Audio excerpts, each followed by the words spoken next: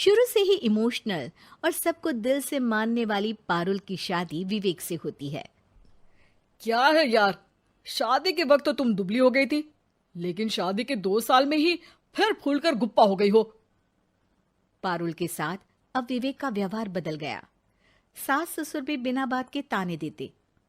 अरे 2 साल हो गए, बच्चा नहीं हुआ, निकल यहां से। विवेक का भी सहारा पारुल को नहीं मिलता है।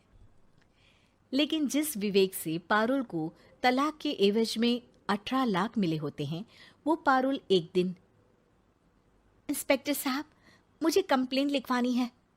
जी मैडम, क्या हुआ?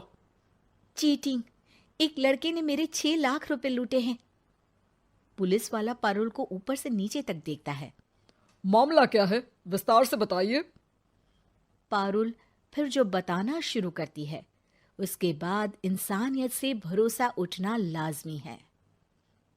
मेरे पति ने मुझे कभी अपनाया ही नहीं। शादी के 3 साल में ही मेरा तलाक हो गया। मैं नहीं चाहती थी कि मैं उनसे एक भी पैसा लूं, लेकिन वकील और मेरे माता पिता ने उनसे 18 लाख की रकम ली। फिर क्या हुआ? क्या वो पैसे उसने वापस ले लिए? नहीं, उन्होंने तो उसके बाद मुझसे कभी कांटेक्ट भी नहीं किया। फिर? किसी डेटिंग साइट से मुझे आनंद नाम का एक लड़का मिला। उसके साथ मुझे लगा कि मैं दोबारा जिंदगी बना सकती हूँ। वो मेरी केयर करता, मेरी छोटी बड़ी चीजों का ख्याल रखता और मेरा साथ देता। अच्छा, क्या उसने तुम्हें शादी करने का झांसा दिया था? हाँ, वो भी तलाकशुदा था।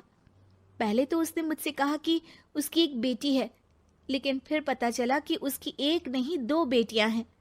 इतना ही नहीं, दिल्ली के एक आम इलाके में वो बीवी और बच्चियों के साथ ही रहता है। तो आपसे इमोशनली फ्रॉड कर उसने पैसे ऐंठे। जी, अब मेरे पास कुछ नहीं है, ना पैसे ना वो। मैं बस किसी भी हालत में अपने पैसे वापस चाहती हूँ, जो मेरे बुरे वक्त में मेरे काम आ सकते हैं। ठीक है। पुलिस आनंद को पुलिस स्टेशन बुलाकर सारी पूछताछ करती है, लेकिन आनंद पुलिस वालों को ये यकीन दिला देता है कि पारुल ने उसे कोई पैसे दिए ही नहीं, बल्कि वो तो उस पर बीवी को छोड़ने का दबाव बना रही थी और ना मानने पर पारुल ने ये झूठा केस डाला है। क्या मैडम, फोकट में पुलिस का वक्त खराब कर रही हैं? कोई शादीशुदा क्यों अपनी बीवी छोड़ेगा? अब आपकी शादी टूटी तो मतलब सबकी तो नहीं टूट सकती ना। पारुल को पुलिस वाले के मुंह से ये बात सुनकर हैरानी होती है। उसे कुछ समझ में नहीं आता कि वो क्या करे। वो अपनी सहेली झनक, जो कि वकील थी, उससे कांटेक्ट करती है। झनक, मैं क्या करूं? मैं कैसे पुलिस को यकीन दिलाऊं कि आनंद ने मेरे साथ ना सिर्फ शारीरिक और मानसिक चीट किया है, बल्कि आर्थिक तौर पर भी वो मुझे खाली कर गया है। अब वक्त झनक का था। देख पारुल, ऐसे तो किसी को भी बिना सोचे समझे पैसे नहीं देने चाहिए, लेकिन अब जब तूने ये कदम उठा ही लिया है, मुझे ये बता, तूने कब कब पैसे दिए और कितने? क्या कहीं कोई सबूत है? पारुल कुछ सोचती है। 3 बार तो बैंक में ट्रांसफर और 2 बार गूगल पे। क्या इन सब के रिकॉर्ड मिल जाएंगे? हाँ, क्यों नहीं, मैं बैंक से सब निकाल लाऊंगी।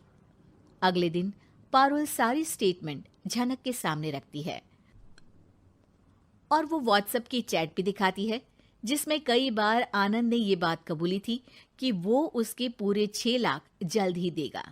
झनक अब पूरा केस लेकर पुलिस के पास जाती है और मामले को क्राइम एक्ट के तहत पूरे सबूत के साथ दर्ज करा आनंद की गिरफ्तारी की मांग करती है। पुलिस आनंद को लेने जैसे ही उसके घर जाता है, उसका सारा मामला बीवी और बच्चों के सामने खुल जाता है। पुलिस स्टेशन में पारुल को देखकर आनंद भड़क जाता है। ओह, तो बहुत होशियार बन रही हो तुम। ये झनक है ना तुम्हारी बचपन की सहेली? बताऊं सबको तुम्हारे बारे में? सब है मेरे पास, वो फोटो, वो वीडियो, तेरे भाई का नंबर भी है। 6 लाख क्या, अब 1 रुपया भी निकाल कर दिखा दे।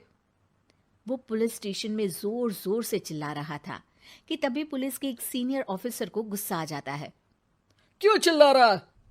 अब तो सारे सबूत है तेरे खिलाफ। ऊपर से यहां चिल्ला चिल्ला कर तूने खुद को तो गड्ढे में धकेल दिया है। जल्दी बता, लड़की के पैसे लौट आता है या फिर? आनंद डर जाता है।